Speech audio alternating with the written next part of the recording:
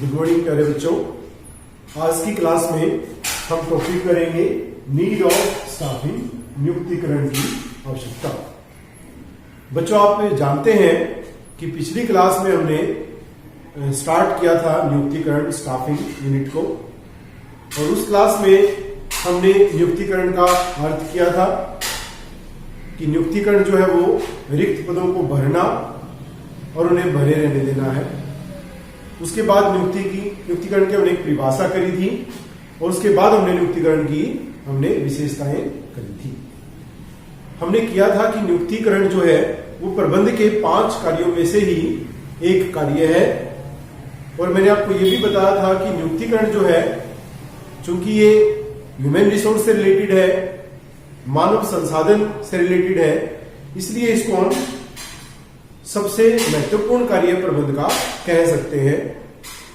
क्योंकि किसी भी कार्य को करने के जितने भी हमारे संसाधन हैं, उन संसाधनों में मानव ही एक्टिव रिसोर्स का काम करता है, मानव ही उन समस्त संसाधनों का प्रबंध करता है। इसलिए नियुक्तिकरण एक महत्वपूर्ण कार्य है, क्योंकि इसी के द्वारा जो कार्यकुशल स्किल्ड जो लेबर फोर्स है उसको हम अपॉइंट करते हैं, उससे हम रिक्त पदों को भरते हैं।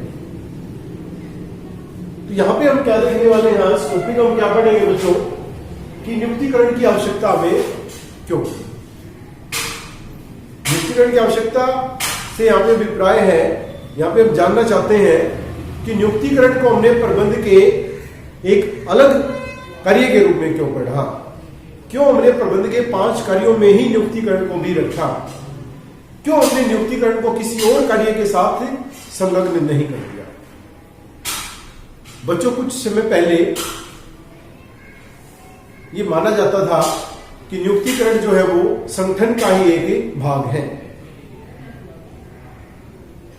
इसको उस समय पे ज्यादा महत्व प्रदान नहीं किया जाता था, लेकिन धीरे धीरे जैसे जैसे परिस्थितियां बदलती गई, सर्कमस्टांसेस हमारी चेंज होती गई और बिजनेस जो है वो वाइड होता गया, वहां पे कस्टमर जो है वो, आजकल कस्टमर को रेशनल माना जाता है। कस्टमर जो है वो अच्छी क्वालिटी के प्रोडक्ट्स, अच्छी क्वालिटी की सर्विसेज अब चाहता है, कंपटीशन हमारा इंक्रीज हो गया है, और यहाँ पे वही बिजनेस सक्सेसफुल हो सकता है, वही बिजनेस कंपटीशन को अच्छे से फेस कर सकता है, which have sufficient qualified efficient and effective workforce. जिसके पास कार्यकुशल लेबर फोर्स है, श्रमिक है, वही संगठन उन्नति करेगा, वही संगठन जो है कंपटीशन को फेस करेगा। इसलिए जो बाकी हमारे कार्य हैं, चाहे वो संगठन है, चाहे वो हमारा प्लानिंग है, नियोजन है, वो मेरे पेपर वर्क हमारे माने जाते हैं। वो कार्य तभी हमारे अच्छी प्रकार से इंप्लीमेंट हो सकते हैं जब उन कार्यों को करने के लिए विभिन्न पदों पर हमारे पास स्किल्ड वर्कफोर्स हो, स्किल्ड लेबर फोर्स। तो इस वजह से जो है हमने इसमें एक्सपर्टाइजेशन की हमें रिक्वायरमेंट हुई, स्पेशलाइजेशन की रिक्वायरमेंट महसूस हुई, और इसी वजह से जो है हमने एक एक्सपर्ट को हमने नियुक्तिकरण के कार्य पर लगाया। इसीलिए हमने प्रबंध का एक मुख्य कार्य हमने नियुक्तिकरण को यहां पे माना।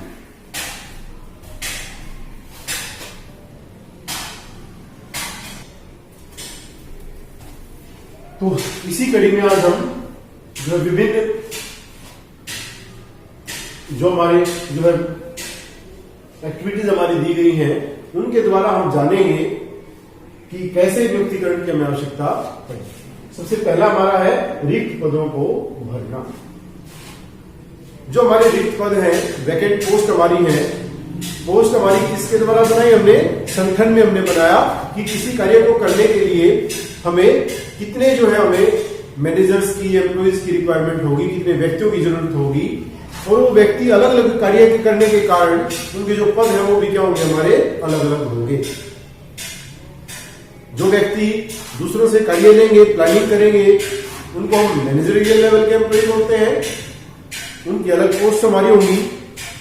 जैसे कि हम किसी संगठन की बात करें तो उसमें जनरल मैनेजर है या डिफरेंट हमारे डिपार्टमेंटल मैनेजर्स हैं, सुपरवाइजर्स हैं, उसके बाद अलग अलग कार्य करने के लिए एम्प्लॉइज हैं, तो अलग अलग पद हमारे बनाए जाते हैं। तो उन पदों को भरना था हमने यहाँ पे। पद बनाना इतना महत्वपूर्ण नहीं है जितना पदों को योग्य व्यक्तियों से भरना महत्वपूर्ण है, क्योंकि तभी सफलता प्राप्त की जा सकती है जब योग्य व्यक्ति जो है उद्देश्य को प्राप्त करने की दिशा में लगातार प्रयास करे। तो इस वजह से हमें एक अलग से हमें नियुक्तिकरण कार्य की आवश्यकता महसूस हुई। दूसरा हमारा मानवीयता को महत्व, जैसे मैंने अभी बोला था आपको कि जो हमारा मैन, मटेरियल, कैपिटल, ये सारे के सारे जो हमारे संसाधन हैं, इनमें मैन ही एक ऐसा संसाधन है जो एक्टिव है, एक्टिवली पार्टिसिपेट करता है ऑब्जेक्टिव को अटेन करने में, और बाकी जो हमारे संसाधन हैं, चाहे वो मटेरियल है, चाहे वो मशीन है, चाहे वो कैपिटल है, उन सबको अरेंज भी करता है, मैनेज भी करता है।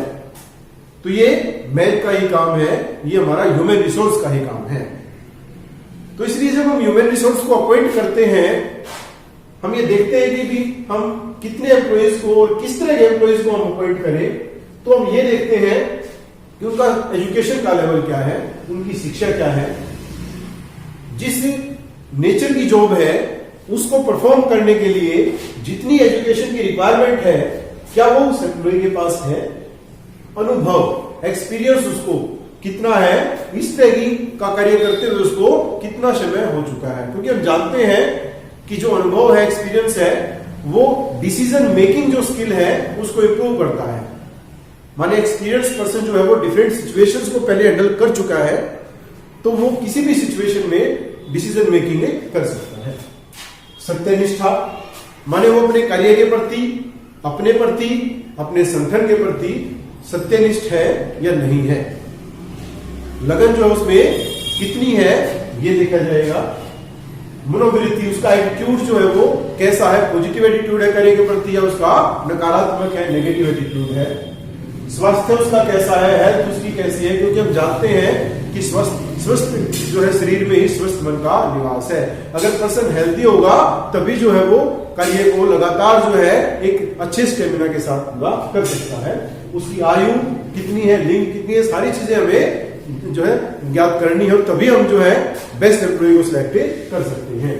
ज्ञान की उपलब्धता, जैसा हमने ऊपर किया था कि ज्ञान चाहिए। ज्ञान किस चीज का, कि उस कार्य को वो इफेक्टिवली और एफिशिएंटली, इफेक्टिवली का मतलब आप जानते हैं समय रहते, और एफिशिएंटली का मतलब है कि कम लागत के ऊपर बेस्ट क्वालिटी के साथ है, तभी वो पूरा कर सकता है जब उसमें अपने कार्य के प्रति पूरा ज्ञान हो, नॉलेज हो।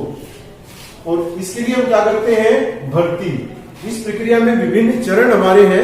पहले हम भर्ती करते हैं। भर्ती का मतलब क्या होता है, रिक्रूटमेंट का क्या मतलब है कि जो हमारे रिक्त पद हैं उनको भरने के लिए, उनमें आवेदन करने के लिए हम विभिन्न व्यक्तियों को हम आकर्षित करते हैं, आमंत्रित करते हैं कि आप आइए और हमारे संगठन में विभिन्न पदों के लिए आप आवेदन कीजिए। हम उनको आकर्षित करते हैं कि अगर वो आवेदन करते हैं तो क्यों करें, वो उनको हम क्या बेनिफिट्स देने वाले हैं, क्या उनको हमारे ऑर्गेनाइजेशन में आने से आगे बढ़ने की अपॉर्चुनिटीज मिलने वाली हैं। उसके बाद है चयन। सारे कर्मचारी जब हमने जो है आवेदकों को अगर हमने अट्रैक्ट कर लिया है, बहुत सारे आवेदक हमारे पास आ जाते हैं, तो हम सभी को अपॉइंट नहीं करते हैं।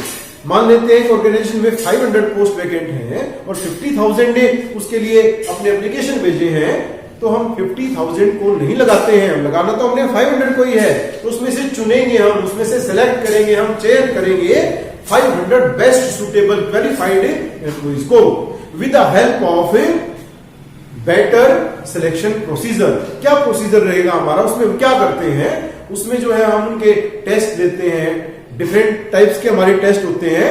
आगे सिलेक्शन जो हमारा चैप्टर है उसमें हम जानने वाले हैं कि टेस्ट हमारे जो है लिंग्विस्टिक स्किल को चेक करने के लिए हो सकते हैं, कम्युनिकेशन स्किल को, इसके अलावा जो है हमारे उसकी स्पीड को चेक करने के लिए, इंटरेस्ट को चेक करने के लिए, एप्टीट्यूड को चेक करने के लिए, तो ये सारे के सारे लॉजिकल स्किल को चेक करने के लिए हमें टेस्ट दे सकते हैं। उसके बाद जो उनके इंटरव्यू हम ले सकते हैं, उनके कॉन्फिडेंस लेवल को चेक करने के लिए, और उसके बाद जो उसको हम अपॉइंट करेंगे। अपॉइंट होने के बाद उनको प्रशिक्षण देने की बात आती है, ट्रेनिंग देने की बात आती है।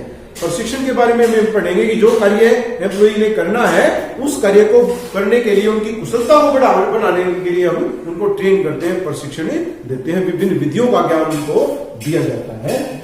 इसके बाद कार्य मूल्यांकन, इसके लिए भी हमारी बहुत सारी विधियां हैं।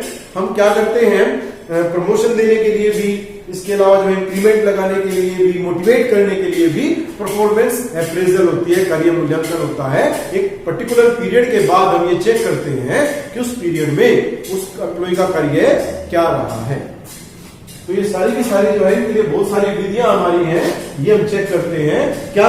इसीलिए हमने क्या किया, मतलब हमने एक अलग से एक डिपार्टमेंट बना दिया, अलग से हमने एक कार्य बना दिया प्रबंधक का, एक अलग से विशेषज्ञ इस कार्य को परफॉर्म करेगा, जिससे कि वो सारे के सारे कार्य अच्छी ढंग से कर सके। उसके बाद है विशिष्टीकरण, स्पेशलाइजेशन। विशिष्टीकरण क्या होता है, स्पेशलाइजेशन क्या होता है, जब जो कार्य हमारा है उसको हम जो है अलग अलग भागों में विभाजित कर देते हैं, जिसको हम डिवीजन ऑफ ए वर्क बोलेंगे। और डिवीजन ऑफ वर्क करने के बाद जहां तक भी बेस्ट सुटेबल होगा,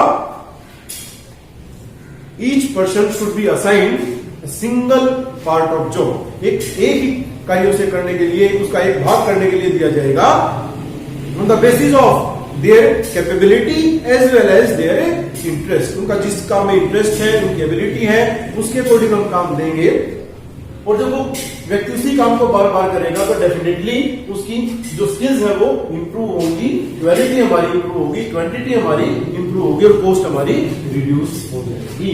तो ऐसा करने के लिए ही हमने क्या किया कि अलग अलग जो है हमने कार्य बनाए, अलग अलग हमने डिपार्टमेंट बनाए, अलग अलग हमने प्रबंधकों को अपॉइंट किया।